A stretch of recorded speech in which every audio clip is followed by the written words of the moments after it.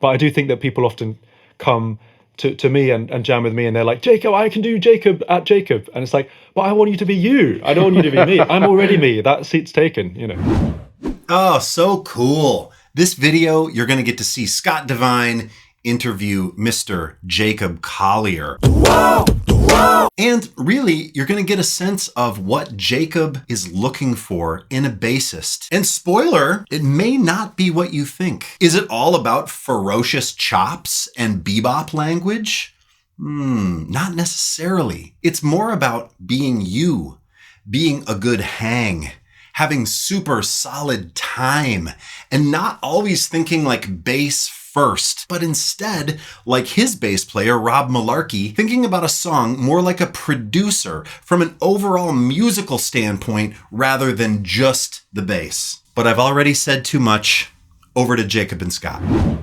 It's an interesting question. It depends what I'm getting to do. I mean, if I need a bass player for a gig, or I want them to come on the road and play shows like that, a lot of it is about, like, are you cool as a person?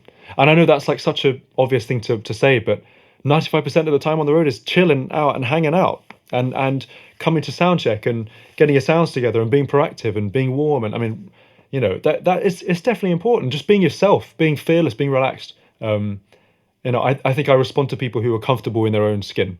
And I, you know, because that inspires me to be more so in mine. So whatever bass player you are, I think if you are content being the bass player that you are, then I'm always going to be like, yeah, you are you. And no, I like that. I'm always looking for that as a person as well.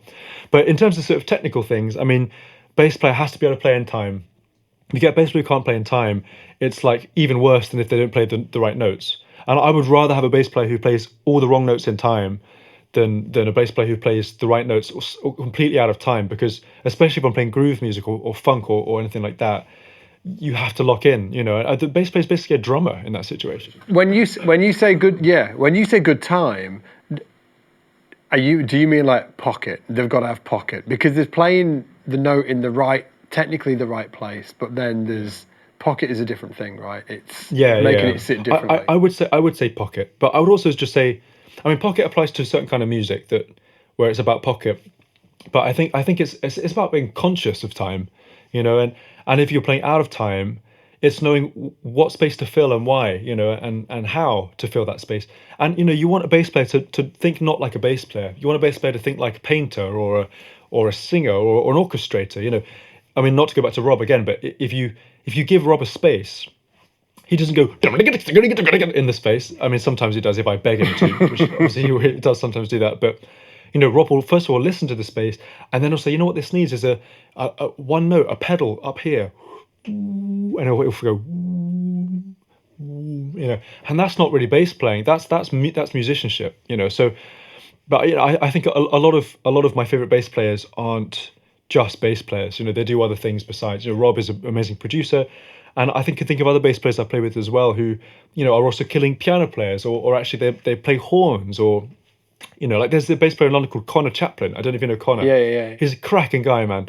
And I once saw him whip out a saxophone and take a blazing solo, and I was like, that explains it, man. Like, you've got all these phrases together, you've got amazing time. You're like, he can physically engage. It's one of those things where it was like, oh yeah, that gives context to you being a well-rounded person. So, you know, but obviously on the bass you have to be able to play, you know, with intention, and you have to be able to execute your intention clearly, and that's important. It doesn't have to be a blazing intention or a really simple, you know, kind of philosophical intention. It just needs to be your intention, and if you are able to execute what is in your heart and mind on your instrument, doesn't matter what instrument you play actually, if you can get the spirit of that out clearly, then you're in business, you know. And I would say the same for a piano player. I'd say the same for a drummer. You know, if that drummer has cool ideas and is able to execute the ideas, it doesn't really matter what kind of ideas they are. You know, he could be a really chopsy guy. He could be just a pocket guy.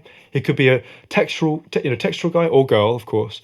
You know, it could be all about time. Could be all about speed. It could be all about listening or whatever.